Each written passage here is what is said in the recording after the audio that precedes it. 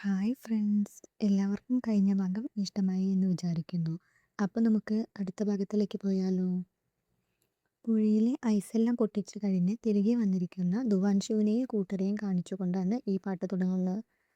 നാളെയല്ലേ നമ്മൾ യുദ്ധം ചെയ്യുക എന്ന് പറഞ്ഞത്, പക്ഷേ ഇന്ന് തന്നെ അവർ നമ്മളെ അറ്റാക്ക് ചെയ്യാൻ വന്നല്ലോ, അതെങ്ങനെ അവർക്ക് മനസ്സിലായി എന്ന് ബാക്കിയുള്ളവർ ചോദിക്കുമ്പോൾ നമ്മുടെ ടീമിൽ ആരോ ഒരു സ്പൈ ഉണ്ട് എന്ന് ധുവാൻഷു പറയുന്നു. നമ്മുടെ ടീമിലോ? സ്പൈയോ? അത് ആരാണെങ്കിലും അവരെ കണ്ടുപിടിച്ച് കഴിഞ്ഞാൽ കൊല്ലാൻ പാടില്ല, കൊല്ലാതെ കൊല്ലണമെന്നൊക്കെ പറയുന്നുണ്ട് അവർ.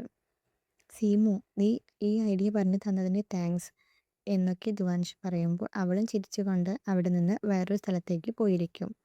ധുവാൻഷു ആണോ എന്നെ സഹായിക്കാൻ പോകുന്നത് എന്നൊക്കെ ആലോചിച്ച് അവൾ ആ മുത്ത് നോക്കിക്കൊണ്ടേയിരിക്കുകയായിരിക്കും. അപ്പോഴാണ് ധുവാൻഷു അങ്ങോട്ട് വരുന്നത്. ഇന്നത്തെ ദിവസം അടിപൊളിയായിരുന്നു അല്ലേ? എന്താണ് വിചാരിച്ചത്? ഞാൻ മരിക്കുമെന്നാണോ അതോ തോൽക്കുമെന്നാണോ എന്നൊക്കെ ധുവാൻഷു ചോദിക്കുമ്പോൾ, നീ മരിക്കാനോ? നീ ഇനി ഒരിക്കലും മരിക്കരുത് എന്നാണ് ഞാനിപ്പോൾ പ്രാർത്ഥിക്കുന്നത് എന്ന് സീമു പറയുന്നു. അവൾ അങ്ങനെ പറഞ്ഞുകൊണ്ട് അവിടെ നിന്ന് പോകുന്നു. ഇതേ സമയം അമോർച്ചി എന്ന് പറയുന്ന ഒരാളെ കാണിക്കുന്നു. അയാളാണ് മറ്റേ ടീമിൻ്റെ തലവൻ. ധുവാൻഷുവിൻ്റെ കൂടെ യുദ്ധം ചെയ്യാൻ വരില്ലേ ആ ടീമിൻ്റെ തലവൻ. നമ്മൾ യുദ്ധം തോറ്റു എന്ന് പറയുമ്പോൾ, ഓ, അവനെ വിട്ടപ്പോൾ തന്നെ ഞാൻ വിചാരിച്ചതാണ് തോൽക്കുമെന്ന് എന്നൊക്കെ പറഞ്ഞ് അയാൾ ദേഷ്യപ്പെടുന്നുണ്ട്. അയാളുടെ കയ്യിലാണെങ്കിൽ ഒരു കറുത്ത പൂച്ചയുണ്ട്. എപ്പോഴും അത് കൂടെ ഉണ്ടാകുകയും ചെയ്യും. അയാൾക്ക് കുറേ പടയാളികളൊക്കെ ഉള്ളതുകൊണ്ട് തന്നെ അയാൾ കുറേ പേരെ ധുവാൻഷുവിൻ്റെ ബോർഡറിൽ കൊണ്ടുപോയി നിർത്തുന്നു. ധുവാൻഷുവിനാണെങ്കിൽ ഇത് മനസ്സിലാവുകയും ചെയ്യും. നടക്കുന്നത് കൊണ്ട് തന്നെ അവർക്ക് കഴിക്കാനുള്ള ഭക്ഷണമൊക്കെ അയച്ചിട്ടുണ്ട് എന്ന് പറഞ്ഞ് അത് നോക്കാൻ വന്നതായിരുന്നു ധുവാൻഷുവും ബാക്കിയുള്ളവരും. എന്നാൽ ആ ചാക്കുകളിൽ നെല്ല് ഉണ്ടായിരുന്നില്ല, വെറും ഉമ്മി മാത്രമേ ഉണ്ടായിരുന്നുള്ളൂ. ഇതെന്താ, അവർ നമ്മളെ പറ്റിക്കുകയാണോ? അവർക്ക് വേണ്ടിയില്ലേ നമ്മൾ ഇത്രയും കഷ്ടപ്പെടുന്നത്, എന്നിട്ടും എന്താ ഇങ്ങനെ ചെയ്യുന്നത് എന്നൊക്കെ പറഞ്ഞ് അവർ ദേഷ്യപ്പെടുന്നു. എന്നാൽ ഈ കാര്യങ്ങളൊന്നും നാട്ടുകാരറിയരുത്, അവർക്കൊക്കെ വിഷമമാകുമെന്ന് ധുവാൻഷു പറയുന്നു. അവന് തന്നെ എന്താണ് ചെയ്യേണ്ടതെന്ന് അറിയില്ലായിരുന്നു. ഇതേ സമയം പുറത്ത് ആളുകളൊക്കെ ബണ്ണ് കഴിച്ചുകൊണ്ടിരിക്കുമ്പോൾ ഒരു പെണ്ണ് ഓടി വന്നിട്ട് അതിൽ നിന്ന് ഒരു ബണ്ണെടുത്ത് മോഷ്ടിക്കാൻ നോക്കും. പക്ഷേ ആളുകളൊക്കെ അവളെ തല്ലാൻ തുടങ്ങും. ഇത്രയും നാൾ മറ്റേ ആളുകളൊക്കെ ഉള്ളപ്പോൾ നീ സുഖമായി ജീവിച്ചതല്ലേടി, ഇപ്പോൾ നാണമില്ലാതെ ഞങ്ങളുടെ ഭക്ഷണമൊക്കെ മോഷ്ടിക്കാൻ വന്നതാണോ എന്നൊക്കെ ചോദിച്ച് എല്ലാവരും അവളെ തല്ലാൻ തുടങ്ങി. ഇതേ സമയം സീമു ഫെങ്കിയെ വിളിച്ച് എൻ്റെ മുത്തു വന്നിട എന്ന് പറയും. മുത്ത് വന്നോ? അതെങ്ങനെ എന്ന് ചോദിക്കുമ്പോൾ ധുവാൻഷു ആണ് കാരണം എന്നൊക്കെ പറഞ്ഞ് അവൾ ഇന്ന് നടന്ന കാര്യങ്ങളൊക്കെ പറയുന്നു. ഈ നന്ദു എന്ന ഗ്രാമത്തിൽ നിന്ന് വന്ന ആ ചെറിയ പയ്യൻ എങ്ങനെയാ വാളും കിട്ടി, ഇപ്പോൾ ഇതാ മുത്തും പുറത്തേക്ക് കണ്ടല്ലോ, അവൻ ശരിക്കും ആരാണ് എന്നൊക്കെ ഫെങ്കി ചോദിക്കുമ്പോൾ, അവൻ ആരാണെന്ന് എനിക്കറിയില്ല, പക്ഷേ എന്തായാലും അവൻ്റെ ആഗ്രഹം നമുക്ക് പെട്ടെന്ന് തന്നെ മനസ്സിലാക്കണം, എന്നാൽ മാത്രമേ നമുക്ക് നമ്മുടെ കാര്യം നടക്കുകയുള്ളൂ എന്നൊക്കെ സീമു പറയും. അപ്പോഴാണ് ആ ചെറിയ കുട്ടി അങ്ങോട്ട് വരുന്നത്. ഇന്നെന്തോ അവരുടെ അവിടെ വിശേഷ ദിവസമാണെന്ന് തോന്നുന്നു. എന്താഗ്രഹിച്ചാലും നടക്കുമെന്നൊക്കെ പറയുന്നുണ്ട്. ഞാൻ എൻ്റെ ആഗ്രഹം പറയട്ടെ എന്ന് ചോദിച്ചുകൊണ്ട് ആ ചെറിയ കുട്ടി സീമു ഇരിക്കുന്ന ചുറ്റും പൊടിയൊക്കെ വന്ന് വിതറും.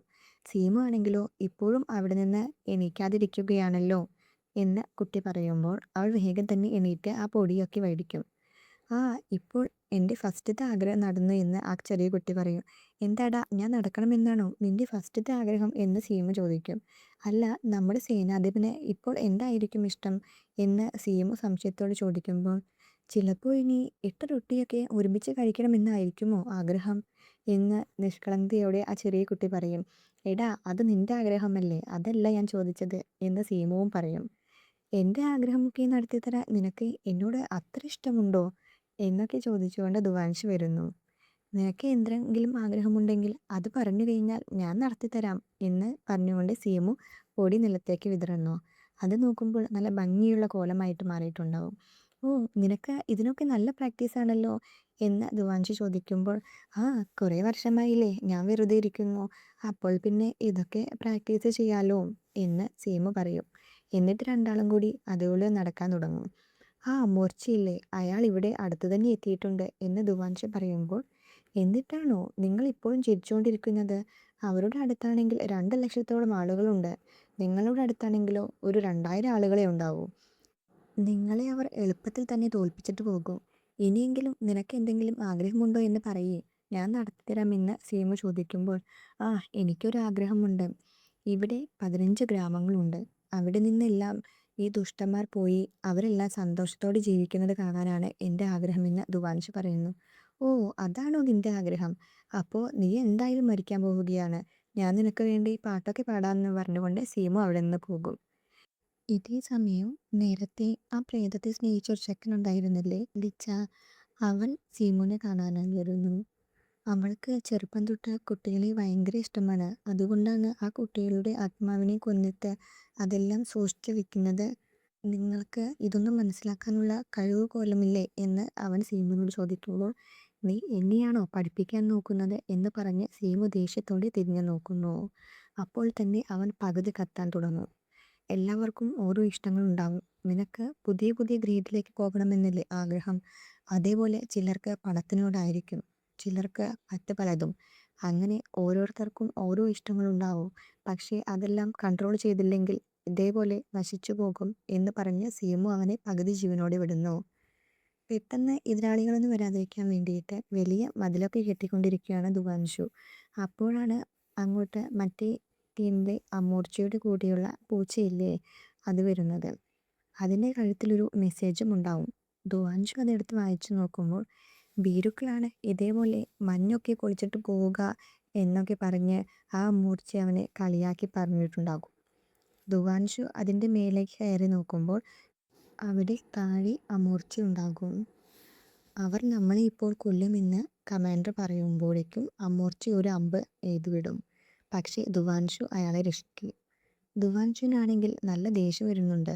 പക്ഷേ അമൂർച്ച അപ്പോഴേക്കും അവിടെ നിന്ന് പോയിട്ടുണ്ടാകും. സീമു ആ ചെറിയ കുട്ടിയുമായി ഷോപ്പിങ്ങിന് പോകുമ്പോൾ പെട്ടെന്ന് എന്തോ സൗണ്ട് കേട്ട് എല്ലാവരും അയ്യോ ആരോ വരുന്നുണ്ട് എന്നൊക്കെ പറഞ്ഞ് പേടിക്കും. പക്ഷേ മേലെ ദുവാൻഷുവിനെ കാണുമ്പോഴേക്കും എല്ലാവരും ആ തലപതി എവിടെയുണ്ട്, ഇനി കുഴപ്പമില്ല എന്നൊക്കെ പറഞ്ഞിട്ട് സമാധാനത്തോടെ ഇരിക്കും. ഓ, എല്ലാവർക്കും ഇവന് ഇത്രയൊക്കെ വിശ്വാസമുണ്ടല്ലോ എന്ന് സീമു മനസ്സിൽ വിചാരിക്കും. ദുവാൻഷുവിൻ്റെ കൂടെ മേലെ പോയി നിന്ന് താഴേക്ക് നോക്കുകയായിരുന്നു സീമു. അവിടെ മുഴുവൻ അമോച്ചയുടെ ആളുകൾ വന്ന് നിൽക്കുന്നുണ്ടാവും. എടാ ചെറിയ ചെക്ക, ഇങ്ങോട്ട് വാടാ, യുദ്ധം ചെയ്യാൻ വാ എന്നൊക്കെ പറഞ്ഞിട്ട് അമ്മൂച്ചി അവിടെ നിന്ന് പറയുന്നുണ്ടാവും. ദുവാൻഷു ആണെങ്കിൽ അപ്പോഴും ചിരിച്ചുകൊണ്ടായിരിക്കും ഇരിക്കുക. നിനക്ക് എങ്ങനെയാ ഇപ്പോഴും ചിരിക്കാൻ തോന്നുന്നത്? ഇപ്പോഴും നിനക്ക് പേടിയൊന്നും തോന്നുന്നില്ലേ എന്ന് സീമു ചോദിക്കുമ്പോൾ അപ്പോഴാണ് കൃത്യമായി ഒരു ദൂതുമായി ആൾ വരുന്നത്. അത് കണ്ടതും ദുവാൻഷു അതെടുത്ത് സീമുവിനോട് വായിക്കാൻ പറയും. പക്ഷേ സീമുവിനത് വായിക്കാൻ അറിയില്ല എന്ന് പറയും.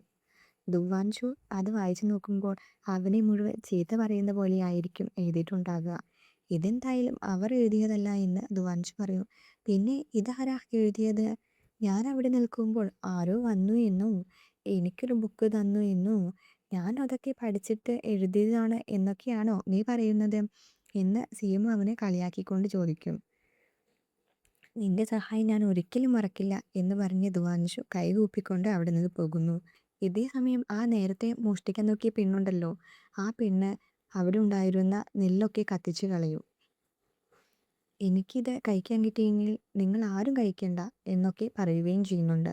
അപ്പോഴേക്കും അവളെ എല്ലാവരും കൊല്ല് കൊല്ല് എന്ന് പറയുമ്പോൾ ദുവാൻഷുവിനാണെങ്കിലോ അവളെ കൊല്ലാനും പറ്റുന്നില്ല.